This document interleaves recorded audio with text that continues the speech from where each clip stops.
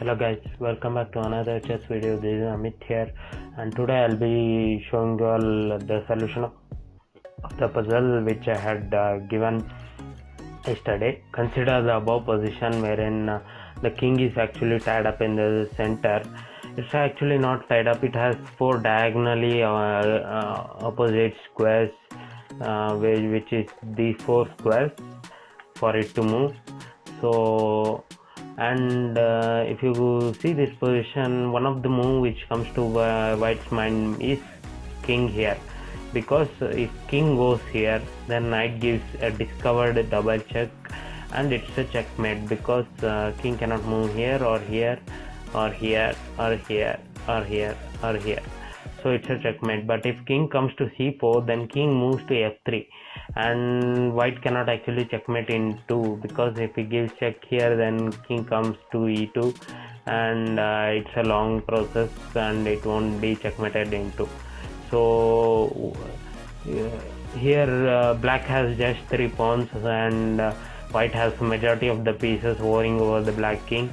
And actually in this position, if you see, the main move which comes to mind is king c4, but if you think properly, the move which white has to play is queen to a8. Why queen to a8? In the sense, if king moves to f3, then white has discovered double check, which is a knight to d4. So it's covering this square as well as this square and this square, and it's a checkmate. And even pawn cannot block it because it's a check from the knight as well, so it's a checkmate. But if king comes here, then also it's going to be a checkmate, because knight comes here and king cannot move here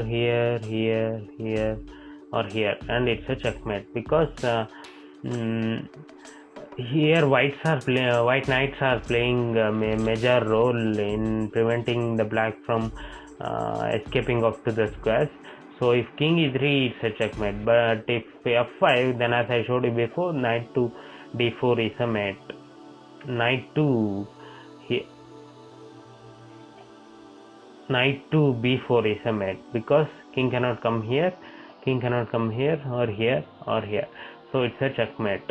But if f5 is not played and king moves anywhere here, then it's a checkmate.